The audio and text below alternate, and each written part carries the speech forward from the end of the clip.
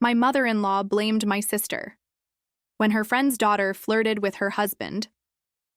But then the truth came out. I don't even know where to start. My hands are shaking a little as I type this, and I keep looking over my shoulder like my email is going to materialize behind me. I just need an outside perspective because my brain is a mess and I feel like I'm drowning.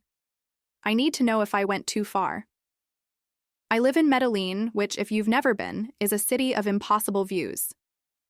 Mountains cradle the whole valley, and at night, the lights climbing up the hillsides look like fallen stars. It's beautiful, but the social circles here can be intense. They're small, old, and tight. I married into one of the tightest, and my mother-in-law, Beatriz, is its unelected queen. Beatriz doesn't just live her life, she produces it. Her condo in El Poblado is her stage. All white marble floors, floor-to-ceiling glass walls overlooking the city, and orchids that are probably replaced by a specialist if they dare to have a single brown spot. Everything is perfect. Her parties are less like get-togethers and more like photo shoots for a lifestyle magazine. The food is catered, the wine is expensive, and the guest list is meticulously curated. Her husband, my FIL, is a kind, handsome man who mostly just fades into the background of her perfect life, like a well-chosen piece of art. He smiles, shakes hands, and keeps his opinions to himself. He's the handsome prince consort to her, reigning monarch. Then there's my sister, Adriana. She's my best friend, my rock, the person I call when the world feels like it's spinning off its axis. About a year ago, her long-term relationship ended, and it completely gutted her. She's been slowly, bravely putting herself back together piece by piece. She's finding her footing, starting to laugh again, rediscovering who she is on her own. I'm so incredibly proud of her. But in Beatrice's world, my sister's newfound independence isn't a journey of self-discovery. It's a problem, a social liability. In the Queen's Court, a single woman in her 30s is an unpredictable variable, a loose cannon on the deck of a perfectly stable ship. To Beatrice, Adriana is a threat to the natural order of things. So our family gatherings have this horrible, predictable rhythm. We'll be on their stunning terrace, the city glittering below us, and the air will be thick with the scent of jasmine and expensive perfume. Everyone will be making polite, meaningless conversation. And then, inevitably, Beatrice will turn her laser-focused attention on my sister. It's never direct, always couched in feigned concern. Adriana, you look a little tired. All that freedom must be exhausting. Or she'll watch my sister talking to someone's husband and later murmur to me, "It's so important for women to have other women to lean on, isn't it? So they don't have to lean on someone else's husband." Each comment is a tiny poisoned dart, and I'd just stand there, clenching my wine glass, because rocking the boat in Beatrice's world means you drown. This wasn't a one-time thing. That's what I need you all to understand. The poison had been dripping for months, slowly and steadily, and I just stood by and let it happen. It makes me sick to my stomach to think about it now. Every time there was a crack in the flawless facade of her world, Beatrice would just paper it over with my sister's reputation. I remember one Christmas Eve party at their place. The tree was a monument, dripping in tasteful white gold ornaments, and a string quartet was playing softly in the corner. One of my FIL's business partners, a guy named Ricardo, had way too much whiskey and started telling loud, slightly inappropriate stories. He wasn't being malicious, just drunk and sloppy. The next day, Beatrice called me. Not to talk about Christmas, but to say in this hushed, concerned tone, I think Adriana's wild energy can be a bit much for some people. It almost seems to encourage men like Ricardo to let loose. It's a shame when a woman doesn't realize the effect she has. My blood went cold. She didn't say Adriana was flirting. She didn't say Adriana did anything wrong. She just planted this little seed, suggesting that my sister's mere presence as a single woman was enough to corrupt a man and disrupt the party's perfect harmony. Then there was the time, a few months later, at a small dinner. The husband of one of her friends, a man who thinks he's a comedian, made some lame, borderline sexist joke about his wife's spending habits. Nobody laughed. It was just this awkward, dead silence. Adriana, bless her heart, tried to save him by changing the subject. Later that night, As I was helping Beatrice clear plates in the kitchen, she leaned in close, the scent of her Chanel perfume thick in the air. "It's so telling, isn't it?" she whispered. "The way some women will jump to a man's defense, almost as if they're auditioning." I just stared at her, my hand frozen on a stack of plates. Auditioning? For what? For this sad, balding man who told a joke that fell flat? It was insane. But again, it was all about that plausible deniability. She could always claim she was just making an observation. Adriana always tried to laugh it off. She'd roll her eyes when we were alone and say, "The queen is in a mood today." But I could see the toll it was taking. The light in her eyes would dim a little each time. Her laugh became a little more forced, her posture a little more defensive when we were around my in-laws. She was being cast as the villain in a story she never asked to be in, the designated scapegoat for any and all social awkwardness. And I, her sister, the one who was supposed to be her rock, just stood there and watched it happen. I kept my mouth shut to keep the peace. I told myself that confronting Beatrice would only make things worse, that it would prove her right, that I was the difficult daughter-in-law, bringing drama into her perfect family. I chose my own comfort over my sister's dignity, and that decision is a weight I'll carry for the rest of my life. So that brings me to last month, the barbecue that burned everything to the ground. It was a perfect Saturday afternoon, the kind of day that makes you fall in love with Medellin all over again. The sky was a sharp, clear blue, and a breeze was drifting up the mountainside, carrying the scent of blooming flowers and charcoal. We were on their terrace, of course. The infinity pool was glittering. Bossa Nova was playing softly through hidden speakers, and my FEL was manning a grill that probably cost more than my car. The usual court was assembled, Beatrice's friends, their husbands, and a few of their adult children. I was standing near the glass railing with Adriana, nursing a gin and tonic that was sweating in the heat. We were just quietly watching the scene, making small talk. That's when I noticed her. Camilla, she's the daughter of one of Beatrice's closest friends, maybe 23 or 24, with that kind of effortless confidence that comes from never having been told no in your life. And she had attached herself to my FIL like a barnacle. It wasn't subtle. While he was trying to flip stakes, she was right there, leaning into his space, her hand constantly finding its way to his arm. He'd tell a dry, boring dad joke, and she'd throw her head back and laugh like he was the most hilarious man on earth. I watched him try to discreetly step away, creating a bit of space, and she would just close the distance again, her body language screaming for attention. He looked so deeply uncomfortable. His smile was a tight, pained line, and his eyes kept flicking around the patio, almost like he was pleading for someone to come rescue him. Adriana and I caught each other's eye, and she gave me this tiny, pained cringe of a smile. We were both witnessing the same car crash in slow motion. I was about to suggest we go get more ice when Beatrice's voice sliced through the air. It wasn't a yell. It was something worse. It was sharp and cold and carried across the entire terrace, cutting through the music and the chatter like a shard of glass. Every conversation stopped. I just don't understand why some people feel the need to bring this kind of trashy energy into a family home.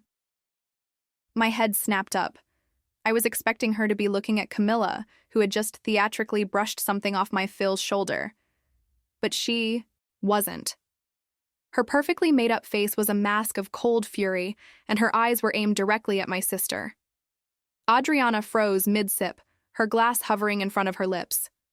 Beatrice took a step forward, her voice getting louder, more performative. It's one thing to be single.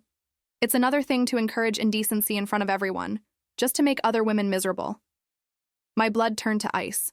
My heart was hammering against my ribs so hard I could feel it in my throat. This couldn't be happening. She was using Camilla's behavior as a weapon, but she was pointing it straight at Adriana.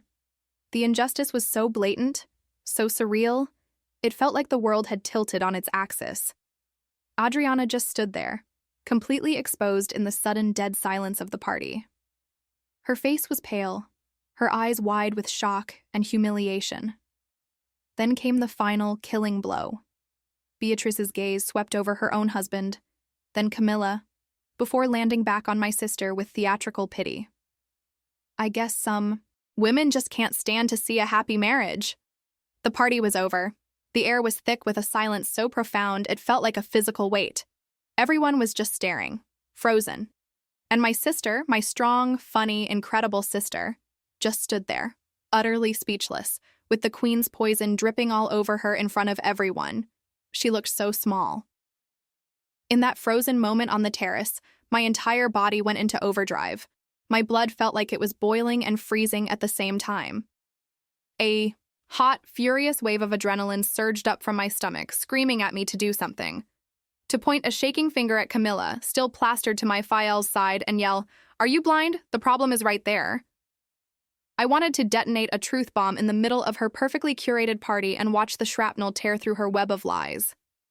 I wanted to burn her whole world down for what she was doing to my sister. But another part of me, the part that had been conditioned for years to keep the peace, was screaming even louder. Don't.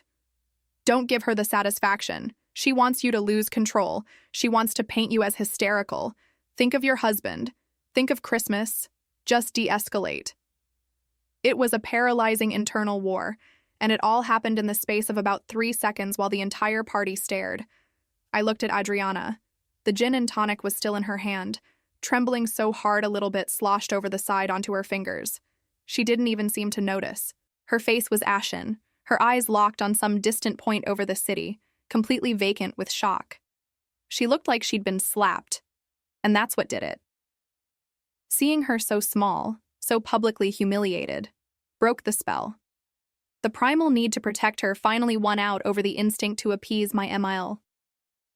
My body moved before my brain could second-guess it. I put my own drink down on a table with a sharp clink that sounded like a gunshot in the silence. I didn't say a word to Beatrice. I didn't even look at her. To acknowledge her would be to engage in her sick game, and I just couldn't. I walked over to Adriana, grabbed her by the arm, her skin was clammy and cold despite the heat, and said, my voice low and tight, "We're leaving. Now." She just nodded, a tiny, jerky movement, like a puppet whose strings had been cut. I kept my hand on her arm and steered her through the crowd of frozen guests. I could feel their eyes on my back, 100 tiny pinpricks of judgment and pity. The walk through their pristine white condo felt like a mile. Our sandals echoed on the marble floors. I didn't look at my Ephile, who was standing by the grill like a statue, his face a mess of shame and helplessness. I didn't look at my husband, who was halfway across the patio and just starting to move towards us with a confused, horrified look on his face. I just focused on the big, heavy front door. Getting out was the only thing that mattered. The door clicked shut behind us, and the silence of the hallway was a relief, but a heavy one. We didn't speak in the elevator. We didn't speak as we walked through the garage. The only sound was the quiet, choked little gasps Adriana was trying to stifle. The second the car doors were closed, she finally broke. It wasn't a loud sob, but a quiet, ragged sound of pure devastation. I just sat there for a moment, gripping the steering wheel, my knuckles white. The whole drive home, I was seething. A white-hot, useless rage was coursing through me, directed as much at myself as it was at Beatrice. I was a coward. I had chosen flight over fight. I had let my sister be sacrificed on the altar of my Mills ego, and all I did was run away. I kept replaying it in my head. I should have screamed. I should have called her a vicious, narcissistic monster in front of all her friends. But then the cold, hard logic kicked in, and I hated it. I knew, with absolute certainty, that any public confrontation would have been a gift to Beatrice. She would have twisted it instantly. I would have become the unhinged, dramatic daughter-in-law who verbally attacked her poor, innocent MIL at a family gathering. She would have weaponized her tears, and I would have been the villain. She had built a fortress of plausible deniability around herself, and I had just handed her more bricks by running away. I felt completely and utterly trapped. I had tried to keep the peace for so long, and in the end, the peace was shattered anyway, and all I'd managed to do was let my sister take the full force of the explosion alone. I thought the worst was over. I really did. I thought a public humiliation was the peak of her cruelty, the final shot in a war I didn't even want to fight. I spent that night tossing and turning, my gut churning with a mix of rage and regret. But I woke up the next morning thinking, okay, we just avoid them. We cut them off. We build a wall and live our lives. I was so naive. The public humiliation was just the opening salvo. The real attack began digitally. Around 10 a.m., my phone buzzed. It was a message from an old university friend who, by some twist of fate, is also in Beatrice's social circle. The message just said, "I am so sorry. I don't believe a word of this, but you need to hear it." Below the text were 3 forwarded voice notes. I saw Beatrice's profile picture and my stomach dropped through the floor. I put in my earbuds, my hands shaking so badly I could barely get them in. The first thing I heard was the sound of Beatrice crying. It wasn't a real cry. It was a performance. It was a shaky, breathy, made-for-an-audience sob. And then her voice, thick with fake tears, started weaving the most insane, poisonous story I have ever heard. She claimed that she had discovered a plot, that Adriana, bitter and jealous over her own failed love life, had conspired with Camilla to try and seduce my Phil. She said Adriana had been coaching the girl, whispering in her ear all afternoon, encouraging her to be more aggressive. She painted this picture of my sister as a manipulative puppet master, pulling the strings in a sick, twisted game designed to publicly humiliate her, the long-suffering wife. She ended the final voice note by tearfully asking for her friend's support during this calculated attack on her family. It was masterful. It was diabolical.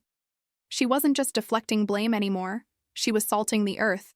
She was assassinating my sister's character to a jury of her peers, all while playing the part of the tragic victim.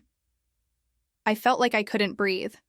I listened to them 3 times in a row, the venom seeping into my brain, and with each listen, my shock curdled into a kind of white-hot rage I have never experienced before. This woman was willing to destroy my sister's reputation, to paint her as some kind of home-wrecking sociopath, all to avoid the simple, ugly truth that a 20-something girl was throwing herself at her husband, and she didn't know how to handle it. Just as I was trying to figure out what to do, there was a frantic knock on my door. I already knew who it was. I opened it, and there was Adriana. Her face was blotchy and swollen, her eyes were red-rimmed, and she was clutching her phone in her hand like it was a piece of wreckage from a plane crash. She just stumbled into my apartment and collapsed onto a kitchen chair, silent tears streaming down her face. She didn't have to say anything. I knew she'd heard it. She just sat there, hunched over my small kitchen table, sobbing into her hands. It was this horrible, guttural sound of someone who had just been completely and utterly broken. "They're all talking about it," she finally choked out, her voice muffled by her palms. "Everyone. They're saying I'm a monster." Seeing her like that, my beautiful, strong sister reduced to a weeping pile in my kitchen by the vicious, calculated lies of my mill, something inside me snapped. The part of me that had always preached patience, the part that wanted to keep the peace, it just died. It withered and turned to dust. The peace was a lie. It had always been a lie. The war had been declared on my sister months ago, and I had been a conscientious objector. Not anymore.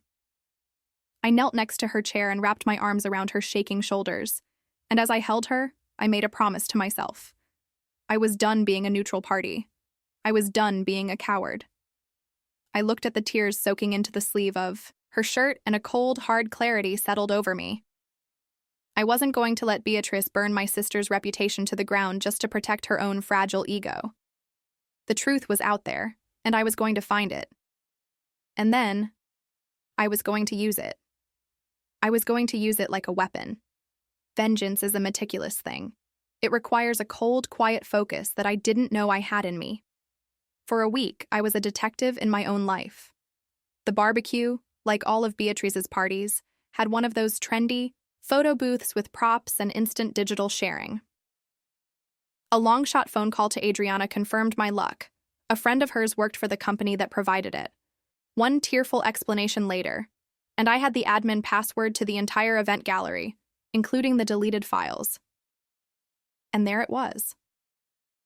A 3-second boomerang video of Camilla, laughing maniacally, grabbing my Phil's face in both hands and planting a big, sloppy, open-mouthed kiss on his cheek. His whole body was rigid with shock. And, for about 15 minutes before she must have sobered up and deleted it, she had posted it to her public Instagram story with the caption, "Future stepmom, JK, MILF Hunter."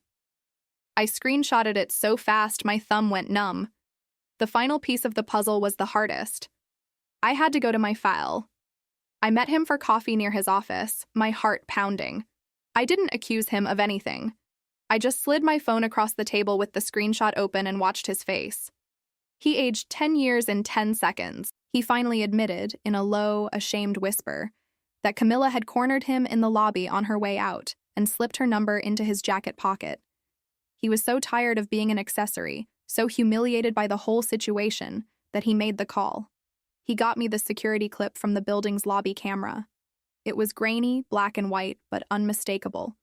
The perfect opportunity for the reveal was, ironically, provided by Beatrice herself.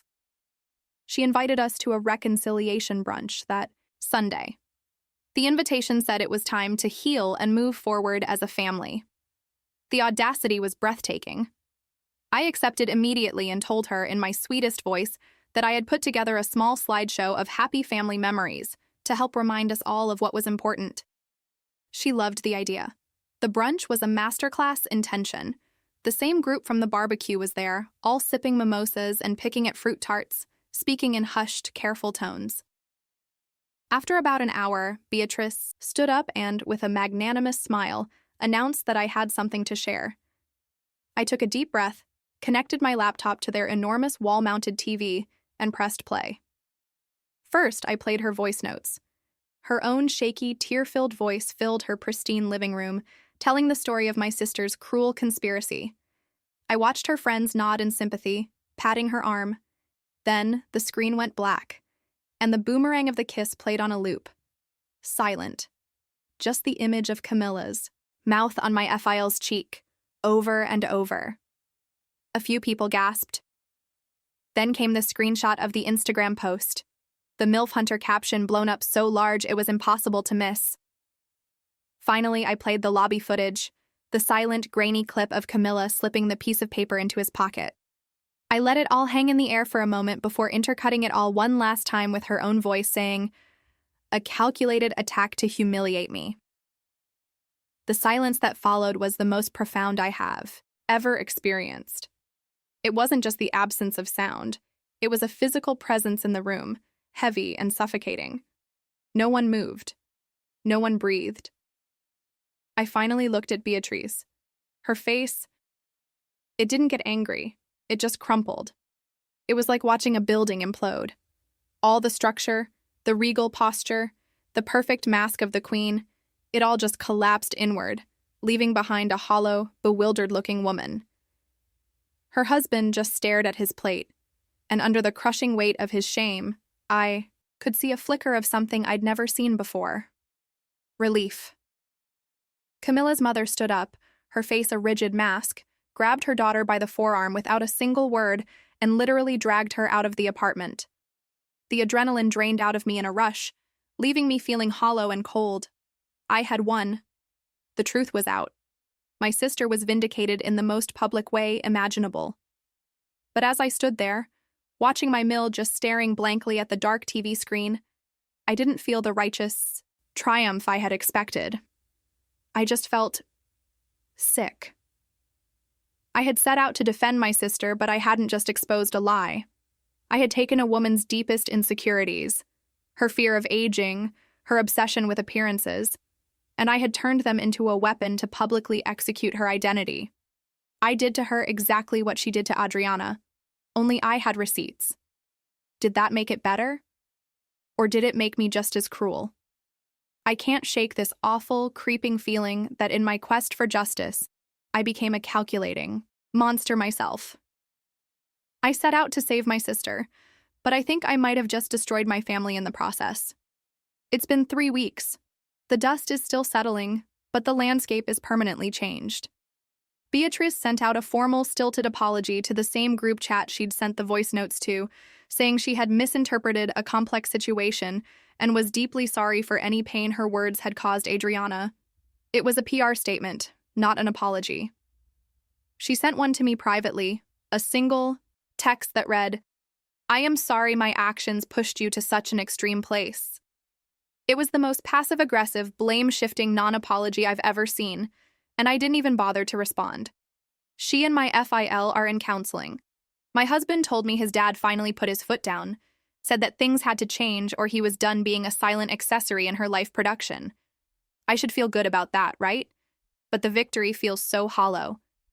My husband is on my side. He really is. He holds my hand, tells me I did what I had to do to protect my sister, and he's furious with his mother. But there's a new quietness between us sometimes. A tension in his shoulders when his phone rings and it's his dad. We're a team, but I blew up his entire family dynamic, and no matter how justified it was, that's a crater we now have to live in. The perfect family image is shattered for good, and we're all just standing here with shards of glass in our hands. The social circle is a mess. People took sides. Some quietly reached out to me and Adriana with support. Others have iced us out completely, loyal to their fallen queen. The flawless illusion that Beatrice spent decades building is gone. I did that. I ripped the curtain down. And that's the thing that's eating me alive. I protected my sister. The truth is out. Adriana is breathing again. The cloud of shame has lifted from her. She's getting calls from people apologizing for ever doubting her. She's vindicated. But I did it in the, cruelest, most brutal way I could think of. I didn't just present the facts. I staged a public execution. I used my MIL's deepest held value, her public image, as the weapon to destroy her. I saw her face crumple, and a part of me felt a cold, sharp satisfaction. What does that say about me? I'm so glad my sister is free, but I look in the mirror and I see Beatrice's tactics staring back at me, her calculation, her willingness to cause public humiliation to get what she wants. I won, but I feel like I lost a part of myself in the process. So, Reddit, I have to ask. I need to know how this looks from the outside, from people who aren't tangled up in all this history and pain. AETA for publicly exposing my mother-in-law's lies with video evidence at a family gathering, even if it was to defend my sister?